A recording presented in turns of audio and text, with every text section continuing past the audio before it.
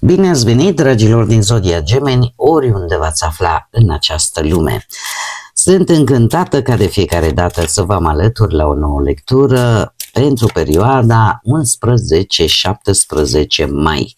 Așa că, dragilor, toți cei care aveți nu doar Soarele, ci și Luna, Venus sau poate Ascendentul în Zodia Gemeni, această lectură este de asemenea și pentru voi.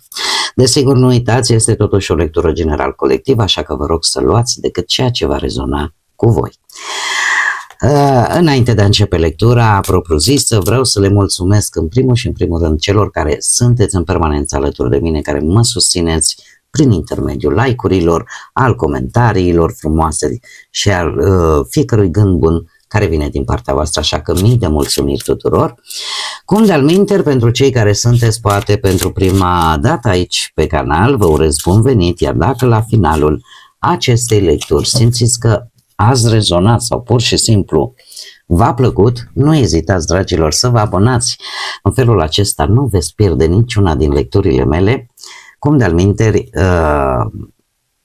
desigur, puteți susține acest canal prin like-uri, prin hype-uri, la această, sau steluțe, cum am înțeles că îi se mai spune, un instrument nou adăugat de către YouTube pentru noi creatorii de conținut, în așa fel încât voi să aveți cât mai multe instrumente de apreciere și să vă exprimați susținerea vis-a-vis de cei care sunt creatori de conținut în cazul de față, adică vis-a-vis de ceea ce fac eu aici. Toate sunt gratuite, unicul lucru necesar fiind decât dorința fiecăruia dintre voi. Și acum, dragilor, dragi, avem o energie interesantă pentru voi în această săptămână. Dăruiește iubire, așa se numește această carte, iar ea reprezintă un moment, o săptămână, în care energia voastră se deschide către ceilalți. Poate chiar și către voi înșivă. Este o energie în care poate faceți anumite gesturi de afecțiune, de sprijin, de căldură umană, dar cumva nu este doar un sentiment, ci și ceva ce se oferă activ. Că sunteți poate mai atenți vis-a-vis de anumite persoane, aveți o anumită prezență, o bunătate, există o iubire pe care voi poate o dăruiți unei persoane, ceva care cum să spun eu, se transformă, dar se și amplifică în același timp. De asemenea, sunteți foarte blânzi, foarte protectori și asta te ajută foarte mult către această deschidere la nivel emoțional. Ce ar mai fi de spus? Există poate o grijă și o apropiere între voi, poate și o altă energie. Este acea idee de a-ți da seama că ceea ce voi oferiți se va întoarce cumva mult mai cald, mult mai armonios la voi.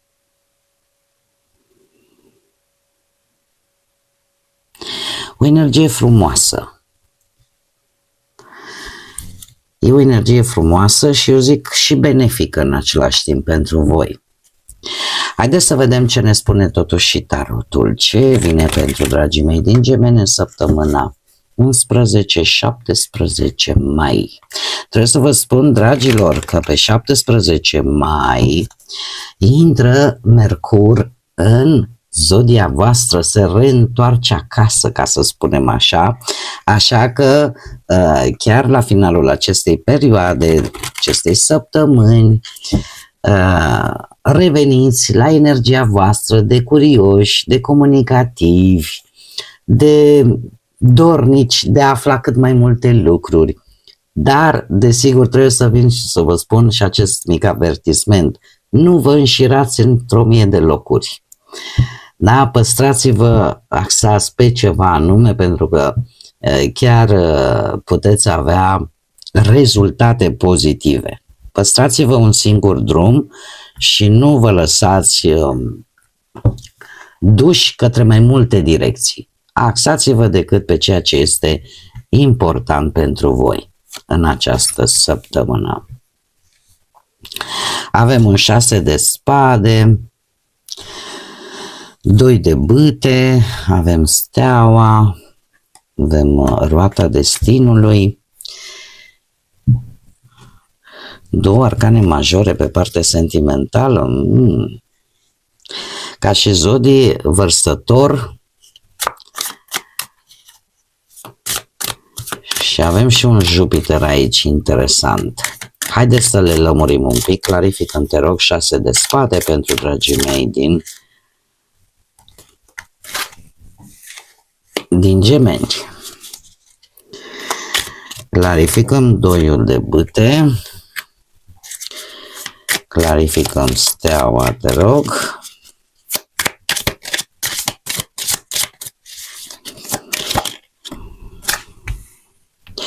Clarificăm roata destinului. Să vedem ce schimbări vin. Clarificăm roata destinului.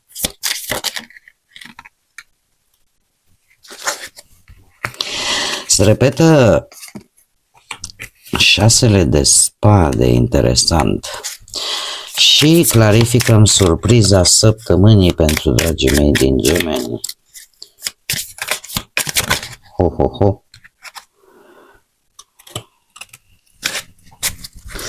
Bun, o vom lăsa aici.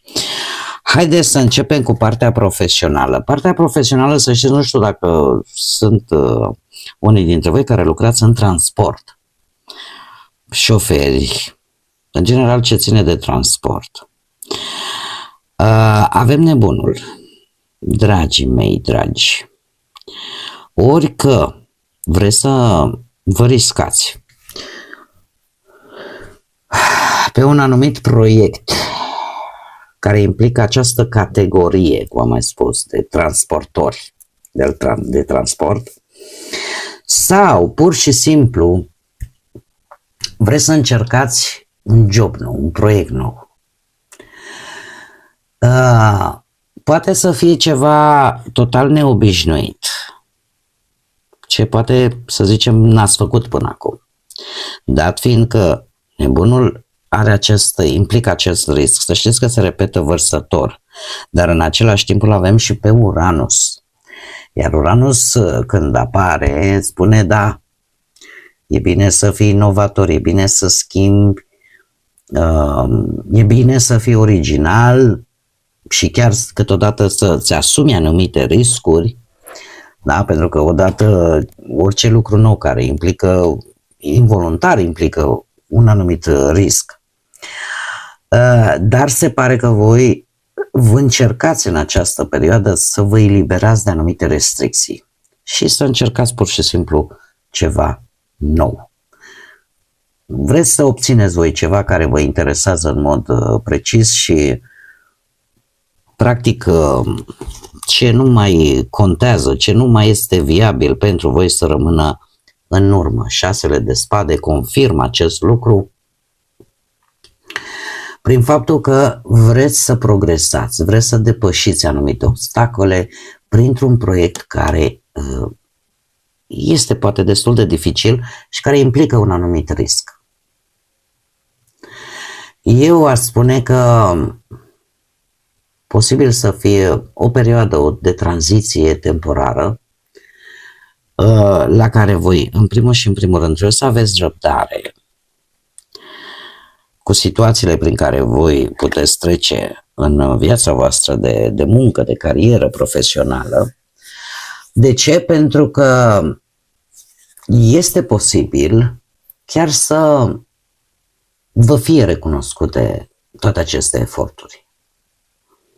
Să treceți chiar cu bine peste poate anumite conflicte la locul de muncă sau anumite lucruri care v-ar fi putut deranja până acum.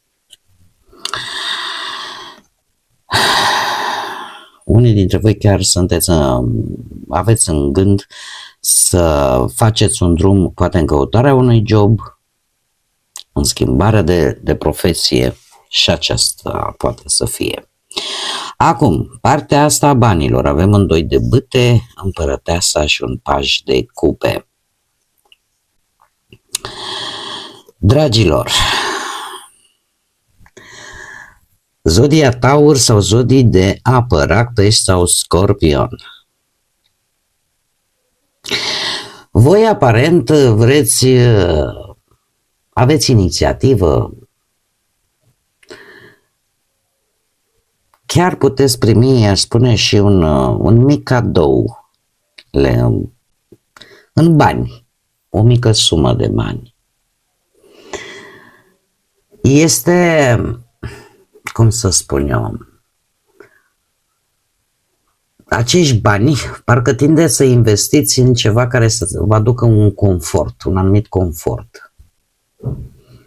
Nu știu, ceva legat poate de casă, de locuință, vreun echipament care să vă ajute, nu știu, poate în jobul pe care voi îl faceți. Este bine că există creativitate. De ce? Pentru că asta vă poate ajuta, alături de împărăteasa, să vă genereze venituri.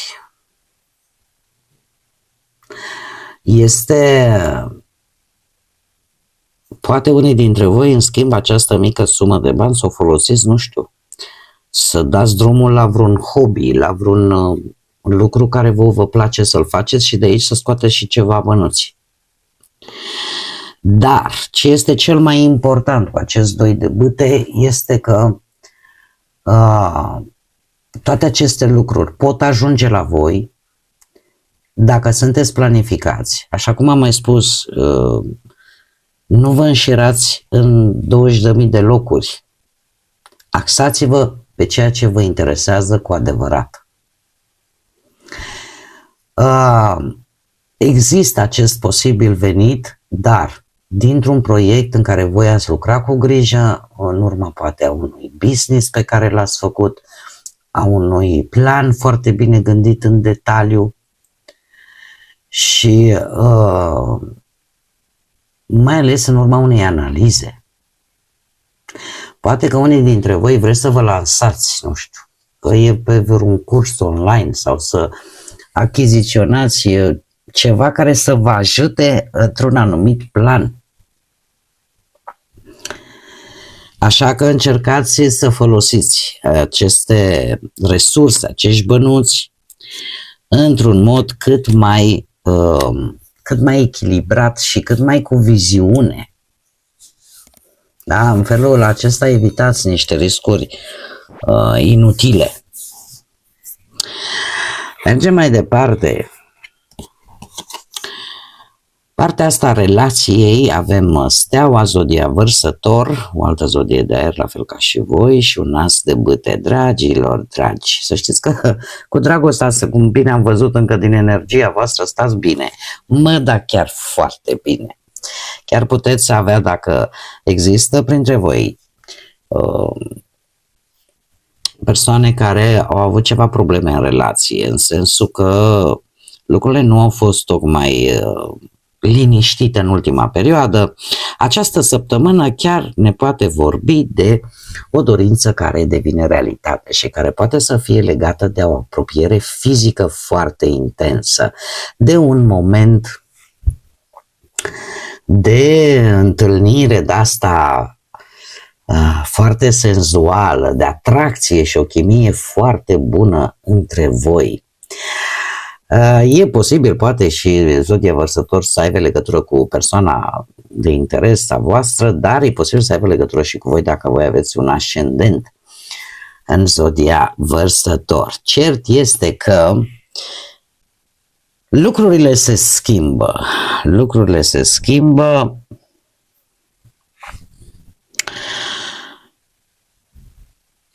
Totuși un singur aspect aș vrea să evidențiez, și anume faptul că bine, relația trece printr-o perioadă de vindecare, după conflicte, după dificultăți. Cumva ambii, și voi și partenerul vostru, parcă reîncepeți să aveți un pic de încredere unul în celălalt. Dar nu oricum, ci influențați foarte mult. Și aici vine atenționarea, influențați foarte mult de atracția fizică între voi, ca și cum ai zice, domne, îmi vine să nu știu ce să-i fac sau ce să-i spun, dar mă atrage, simt o atracție fizică vis-a-vis de această persoană. Așa că este ceva reciproc aici. Și voi sunteți atrași de persoana voastră de interes, dar și persoana față de voi. Sunteți ca un magnet, chiar dacă de multe ori în gândire sunteți la poli opuși, totuși când vine vorba de partea asta intimă a lucrurilor, sunteți fix ca un magnet. Și asta cumva rezolvă, se pare, situațiile. Haideți să vedem cei singurei. Voi, dragilor, avem o transformare, o schimbare neașteptată care vine în viața voastră, care implică poate un drum sau efectiv o eliberare. O eliberare în așa fel încât lucrurile să... Deci vreți, nu vreți, ceva se va schimba. Veți fi obligați să lăsați ceva în urmă și să vedeți că de fapt nu este o pierdere, ci este chiar un lucru bun, pentru că ceva se dezvoltă în viața voastră, mai ales sentimentală. Începe să lăsați gândurile negre în urmă. Nu știu dacă există implicarea unei persoane din zodii de pământ, Taur, Fecioară sau Capricorn, dar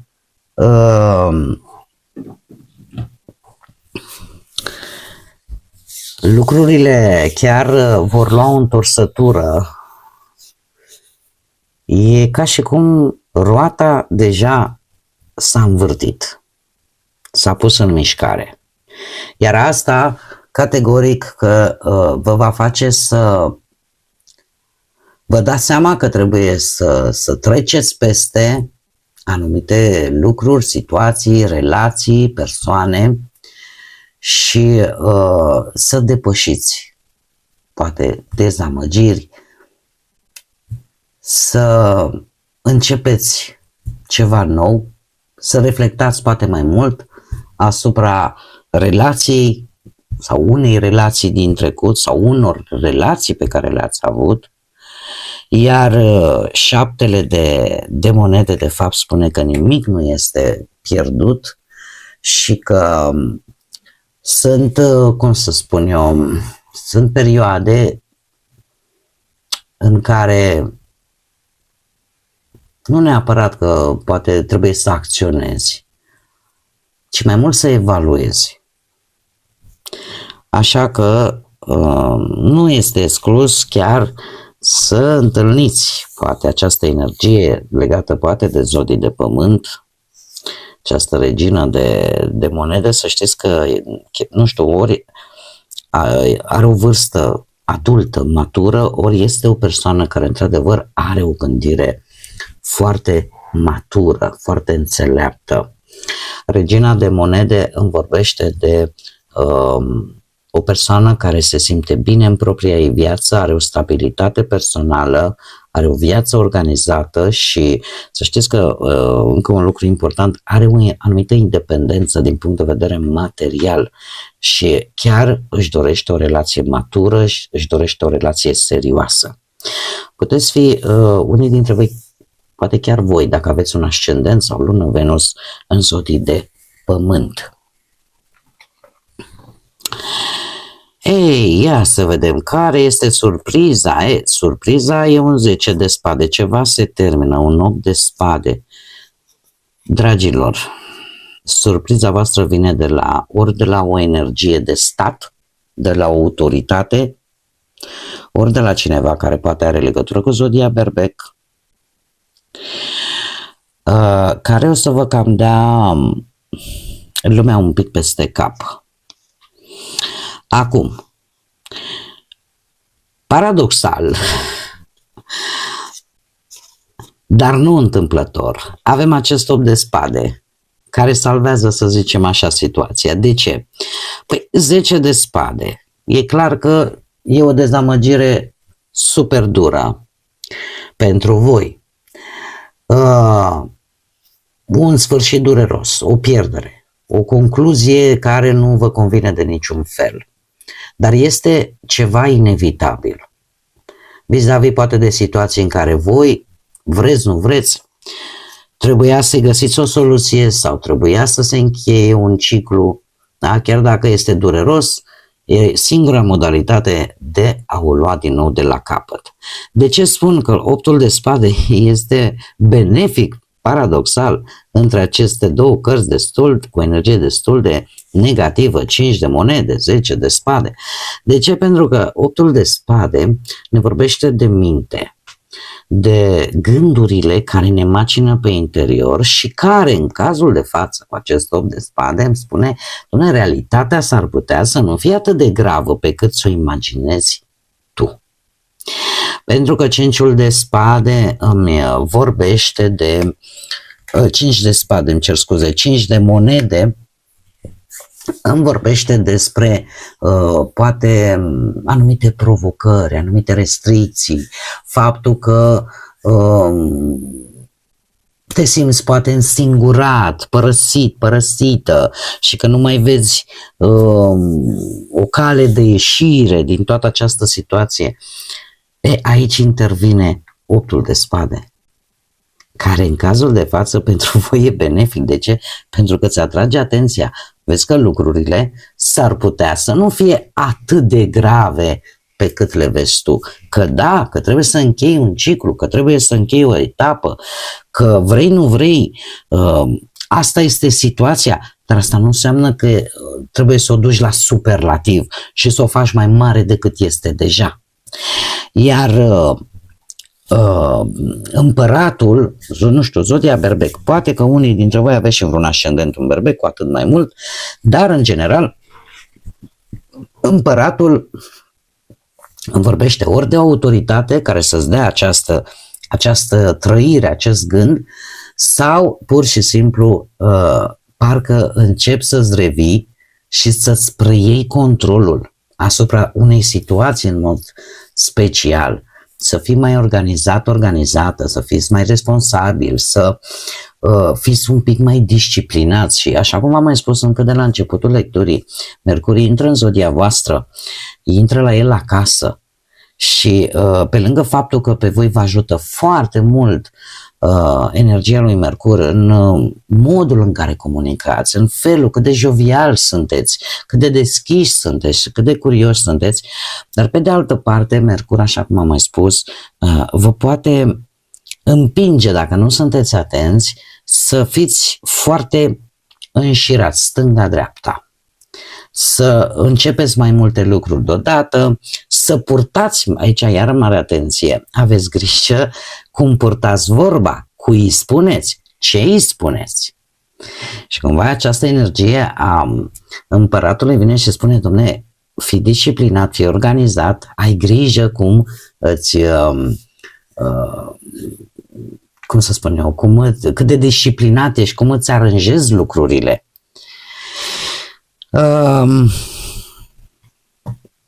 Este într-adevăr o surpriză interesantă, dar de care eu vă spun că nu trebuie să vă temeți. Nu trebuie să vă temeți. Nimic în lumea asta nu se poate, cum să spun eu, depăși.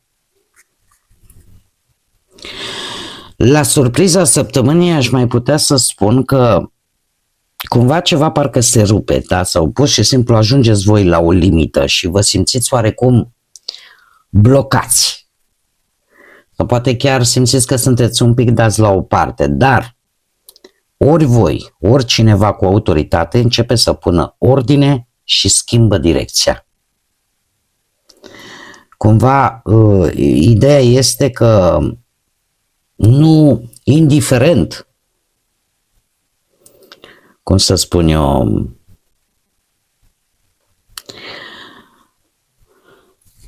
un punct în care voi îl conștientizați mult mai clar acum. E posibil ca unii dintre voi să vă, pur și simplu, să vă autolimitați, să gândiți, cum am mai spus, negativ. Dar să știți că există soluții și asta o arată împăratul. Că vine de la voi putere, că vine din partea unui alt personaj, dar soluții există. Haideți să vedem și ce poartă se deschidă. Păi ia uite ce poartă frumoasă avem aici, poarta curajului. Și îmi spune curaj, valoare, încredere, reziliență, chiar eroism. Dragilor, dragi, un îndemn de a fi curajoși, un îndemn de a nu vă lăsa, de a avea mai multă încredere în voi și de a vă adapta, pentru că aveți această calitate. Voi fiind și un semn mutabil, în general găsiți de fiecare dată maniera să vă adaptați.